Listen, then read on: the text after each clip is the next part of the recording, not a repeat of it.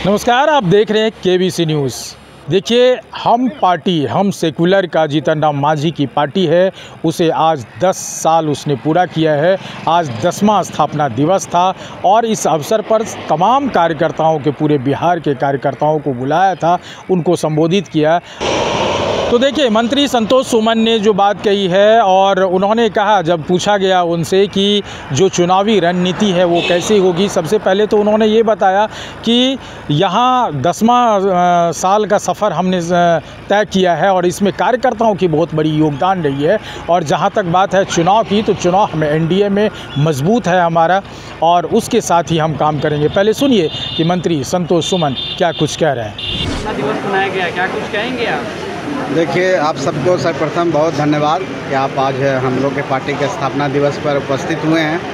सर्वप्रथम आपके माध्यम से अपने सभी कार्यकर्ताओं को जो बिहार राज्य के हैं, बिहार के बाहर इस देश के हैं, सबको बधाई देना चाहता हूं, सबको धन्यवाद देना चाहता हूं। जिस लगन से और जिस उत्साह से उन्होंने पार्टी को इस मुकाम पर पहुंचाया है, वाकई में उनका योगदान है। आज पार्टी 10 साल मना रही है। हम लोग ने एक लंबा सफ़र तय किया है, धीरे धीरे ही सही, लेकिन एक लंबा सफ़र तय किया है और हम लोग की मंजिल अभी बहुत दूर है। हम लोग का जो विचारधारा है, गरीबों की विचारधारा है और हम लोग अपनी पार्टी के माध्यम से उन गरीबों को मौका देना चाहते हैं जो गरीब आज तक राजनीति में नहीं हैं, जो गरीब आज तक अपनी बातों को रख नहीं पाते हैं, जो गरीब अपने अधिकारों के बारे में नहीं जानते हैं और राजनीतिक भागीदारी नहीं है, उनको कैसे आगे बढ़ाएं, ये हमारा मकसद है। और हमारे कार्यकर्ता लगे हुए हैं उनको आगे करने के लिए, उनको अधिकार दिलाने के लिए, उनकी राजनीतिक भागीदारी सुनिश्चित करने के लिए, उनको विकास करने के लिए, उनको जागरूक करने के लिए। तो हम समझते हैं कि मंजिल अभी भी बहुत दूर है। हम लोग सतत प्रयास कर रहे हैं और मेहनत कर रहे हैं। संतोष जी, जीतन राम मांझी ने ही इस पार्टी को बनाया था और जब वो मुख्यमंत्री बने उसके बाद अलग हुए तब पार्टी बनाया, तो क्या मुख्यमंत्री बनने का भी चांस है कभी आपके पार्टी से? देखिए, ये जो सवाल है आपका, ये सवाल जनता इसके मालिक होती है और जनता इसको ज़्यादा विशेष तरीके से बना सकती है। जहाँ तक इच्छा की बात करते हैं तो इनको इच्छा नहीं होती है कि हम जिस समाज सेवा में आए हैं वहाँ पर सर्वोच्च पद प्राप्त करें, सर्वोच्च जगह पर जाए। तो हर व्यक्ति के जो राजनीतिक कार्यकर्ता है, मुख्यमंत्री और एमएलए, एमपी, प्रधानमंत्री, जो भी कहें बनना चाहते हैं, ये इच्छा होती है। लेकिन इच्छा सिर्फ कर लेने से किसी चीज़ की पूर्ति नहीं होती है, किसी चीज़ की प्राप्ति नहीं होती है। उसके पीछे आपको संघर्ष करना पड़ता है और वो जनता का विश्वास जीतना पड़ता है और जनता मालिक होती है जमहूरियत में, लोकतंत्र में। और जनता का आशीर्वाद रहेगा तो निश्चित तौर पर पार्टी भी बढ़ेगी, पार्टी के कार्यकर्ता भी आगे बढ़ेंगे और पार्टी जिन उसूलों का, जिन मूल्यों के लिए बनी है उसको पूरा करेंगे। बिहार विधानसभा चुनाव निकट आ गया है, लेकिन देखा जा रहा है कि एनडीए के ही अन्य घटक गाहे बगाहे आपकी पार्टी को और आप लोगों को निशाना बना रहे हैं। ऐसा कोई बात नहीं है। कुछ मुद्दों की बात होती है, कुछ मतभिन्नता होती है, हम किन्हीं मुद्दों पर अलग होते हैं, वो अलग होते हैं, इसलिए कुछ ऐसी बातें आती है। लेकिन ओवरऑल हम समझते हैं कि एनडीए एक है और एनडीए की विचारधारा है, गरीब की विचारधारा। एनडीए की विचारधारा है कि हम कैसे बिहार को विकास करें, कैसे बिहार में यहाँ की जनता का विश्वास जीतें, कैसे हम आने वाला चुनाव में एक होकर के लड़ाई लड़के 225 सीटों से ज़्यादा एनडीए गठबंधन को दिलाने का काम करें। तो सबका मकसद एक है और सबका काम एक है, सबकी विचारधारा एक है। तो हमको नहीं लगता है कि इससे कोई बात है। संतोष जी, एक सवाल और रहेगा, एनडीए के अंदर दलितों का सबसे बड़ा कौन नेता? ये लगातार सवाल उठ रहा है।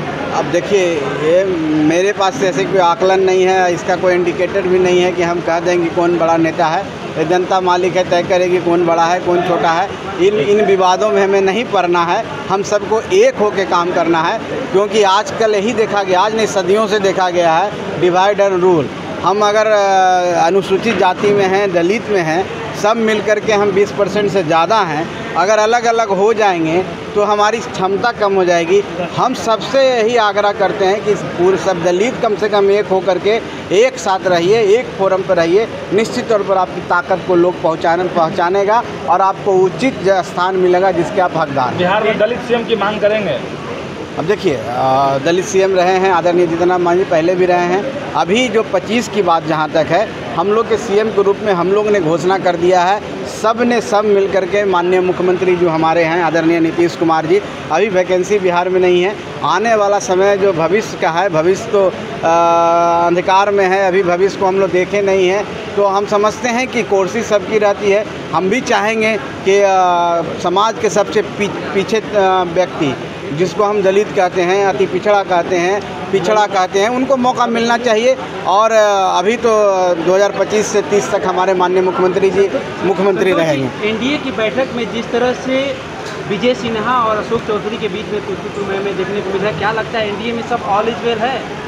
देखिए, ऐसी कोई बात नहीं है, मैं भी उस मीटिंग में था। ऐसा कोई बात नहीं है जिसके बारे में इतना बोला जाए।